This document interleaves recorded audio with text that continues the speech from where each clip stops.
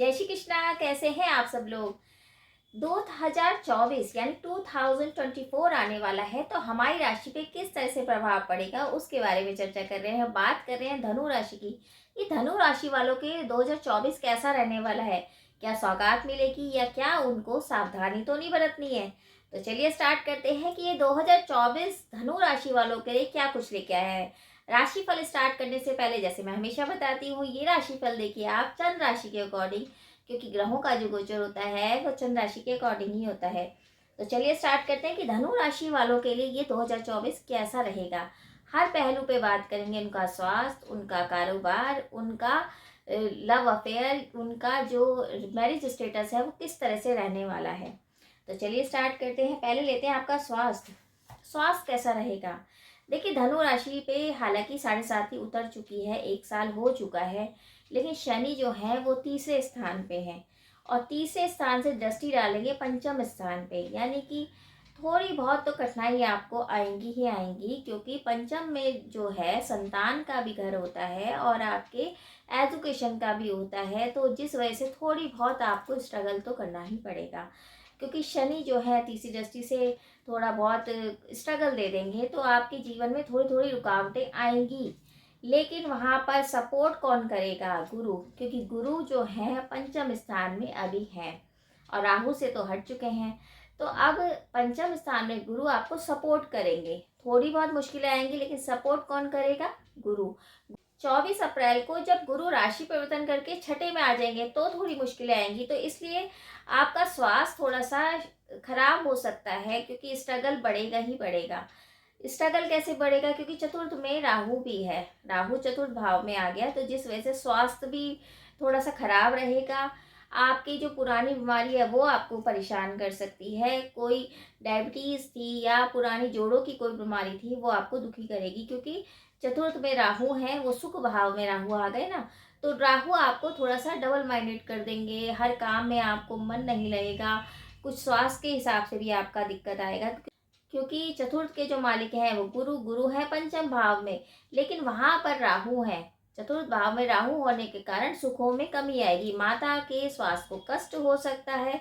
अगर आप कुछ जीवन में बदलाव चाह रहे थे तो वो बदलाव अभी नहीं होगा, क्योंकि जब तक यहाँ पर राहु रहेंगे तो सुखों में कमी तो आएगी। लेकिन वहीं अगर आप गुरु की पूजा करते हैं, एंड में मैं बताऊंगी उपाय, लेकिन अगर आप गुरु के विष्णु सहस्त्र नाम का पाठ करते हैं तो अति शुभ रहेगा। उससे आपकी काफ़ी मुश्किलें सॉल्व होती रहेंगी। लेकिन कष्ट कहाँ आएंगे, कष्ट आपके एजुकेशन में भी आएंगे, आपके स्वास्थ्य रिलेटेड भी, और आपके सुखों में कमी। तो अब मैं डरा नहीं रही हूँ, बता रही हूँ कि चतुर्थ में राहु होने के कारण दिक्कतें आएंगी, स्ट्रगल बढ़ेगा। तो यानी ये पूरा साल थोड़ा स्ट्रगल वाला हो सकता है, लेकिन वहाँ जो सपोर्ट करेंगे वो आप ही की राशि के स्वामी गुरु करेंगे, तो गुरु के वजह से आपको दिक्कतें कम आएंगी और स्ट्रगल जो है वो, स्ट्रगल तो बेशक होगा लेकिन आपको कोई निदान मिलता चला जाएगा।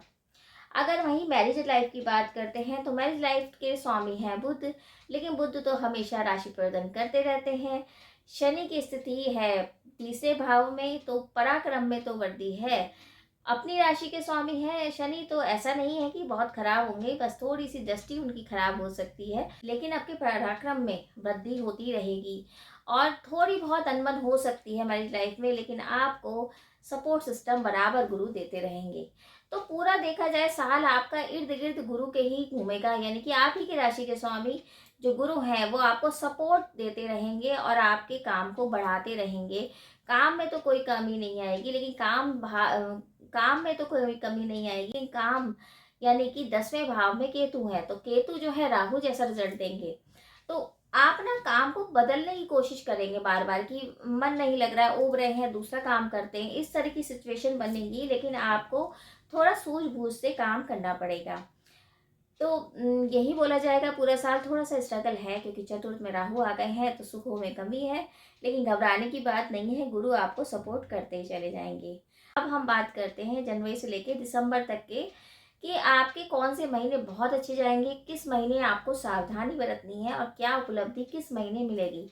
तो जनवरी से लेते हैं। देखिए जनवरी में आपको विवाद का सामना करना पड़ सकता है।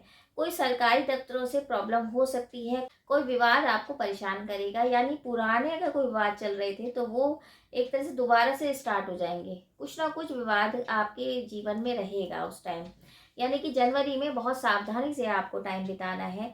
विवाद की स्थिति बनी हुई है। फरवरी की बात करें तो चिंता का समय रहेगा। देखिए उस टाइम तो जनवरी में तो विवाद हो सकता है, अपनी वाणी पे भी कंट्रोल करिए, लेकिन जो फरवरी का टाइम आएगा उस टाइम आपको थोड़ा ध्यान ये रखना है, चिंता बढ़ सकती है किसी भी वजह से, चाहे संतान की चिंता है, चाहे घर में किसी वजह से प्रॉब्लम आई है, तो उस चिंता का निवारण आपको देखना पड़ेगा। चिंता बढ़ेगी फरवरी के महीने में। लेकिन मार्च का महीना बहुत अच्छा जाएगा। मार्च के महीने में जो चिंता थी, जो विवाद थे, वो खत्म होते नजर आएंगे। मार्च का महीना आपका सबसे अच्छा जाएगा। जनवरी फरवरी में जो भी प्रॉब्लम आई थी वो मार्च के महीने में सॉल्व होती नजर आएगी और आपको ईश्वर कृपा से सारे काम आपके बनने स्टार्ट हो जाएंगे। अप्रैल के महीने में एजुकेशन के लिए बहुत अच्छा समय रहेगा। अप्रैल का महीना, क्योंकि 24 अप्रैल को गुरु राशि परिवर्तन करके छठे भाव में आ जाएंगे, तो अप्रैल का महीना विद्यार्थियों के लिए बहुत विशेष रहेगा। कुछ उपलब्धि मिलेगी, या कोई आप एजुकेशन के क्षेत्र में कुछ नया कुछ करने चाह रहे थे तो वो भी आप कर पाएंगे। लेकिन वहीं जब राशि परिवर्तन करके गुरु छठे भाव में चले जाएंगे तो थोड़ी सी दिक्कतों का सामना करना पड़ सकता है। तो कोशिश करिए अप्रैल का महीना एजुकेशन के हिसाब से विद्यार्थी वर्ग ध्यान दीजिए, आपके सारे काम बनेंगे। उसके बाद थोड़ी मुश्किलें आएंगी।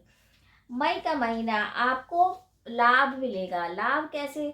लाभ आपको यात्राओं से मिल सकता है। आपके जो घर में कोई संपत्ति का विवाद था वहां से आपको कुछ बेनिफिट हो सकता है। माता के कष्ट जो थे वो कम होते नजर आएंगे। हालांकि पूरा साल माता के स्वास्थ्य को लेकर आप चिंतित रहेंगे, लेकिन इस महीने यानी मई के महीने में माता के स्वास्थ्य को थोड़ी सी राहत मिलेगी। परेशानियां जो हैं वो कम होती नजर आएंगी। तो मई का महीना आपके लिए बहुत अच्छा जाएगा। जून का महीना बिजनेस तौर से बहुत अच्छा है, यानी कि नया कारोबार स्टार्ट कर सकते हैं। काम में वृद्धि होगी और आपके काम से आपको उत्साह भी मिलेगा, यानी कि आपके काम बनेंगे तो उत्साहित रहेंगे और ऊर्जावान रहेंगे। काम में बढ़ोतरी, जॉब भी चेंज कर सकते हैं। तो जून के महीने में धन के भी आवागमन रहेंगे, तो यानी जून का महीना भी अच्छा है। जुलाई के महीने में हेल्थ इश्यू हो सकते हैं, थोड़ा स्ट्रगल बढ़ सकता है। पुरानी बीमारी अचानक से बढ़ जाएंगी, यानी कि जैसे डायबिटीज़ है तो आप कंट्रोल नहीं कर पाओगे। कुछ जुलाई के महीने में बहुत सेहत का ध्यान रखना पड़ेगा, दिक्कतें आएंगी तो आपको थोड़े से उपाय करने पड़ेंगे और मेडिटेशन भी ज़रूर करिए। मानसिक तौर से आप जुलाई के महीने में परेशान रहेंगे। अगस्त, सितंबर, अक्टूबर, यानी अगस्त का महीना की बात करते हैं। धन के योग बनेंगे, नए स्रोत बनेंगे धन के। जो आपने नया काम शुरू करा था उस काम में आपको तरक्की मिलेगी। अगस्त का महीना अच्छा जाएगा। सितंबर के महीने में कुछ वाहन या कुछ प्रॉपर्टी के बारे में आप सोच रहे हैं तो वो आप ले पाएंगे, किसी प्रकार की दिक्कत नहीं होगी। सितंबर का महीना अच्छा है। आपको कोई भी नया काम शुरू करना है या नई कोई प्रॉपर्टी या वाहन लेना है तो बिल्कुल ले सकते हैं। अक्टूबर के महीने में थोड़ा सा ध्यान देने वाला है, क्योंकि इन्वेस्टमेंट नहीं करना है फालतू का।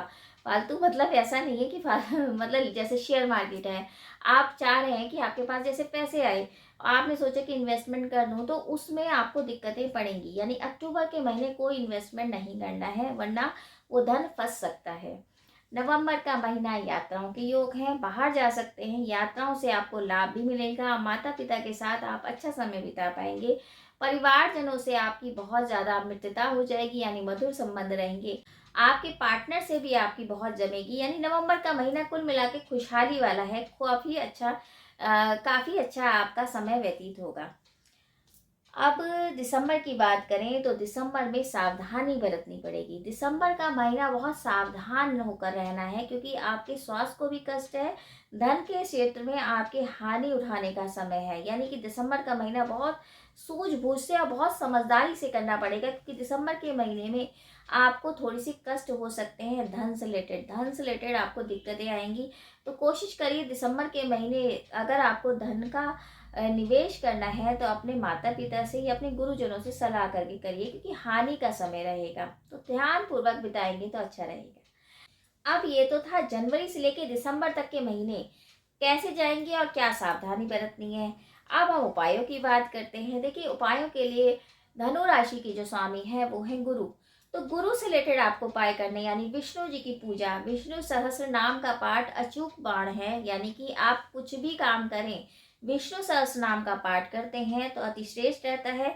आपके पर जो कष्ट आने वाला भी होगा वो विष्णु जी हटा ही देंगे, यानी कि कम कर देंगे। हटाएंगे तो अपने कर्म के अकॉर्डिंग, लेकिन आपको एक दिशा भी जरूर देते रहेंगे। तो विष्णु जी की पूजा बहुत ज़्यादा सर्वश्रेष्ठ रहेगी आपके लिए। और विष्णु जी के मंत्रों का जाप, पीली चीज़ों का दान आप ज़रूर करिए।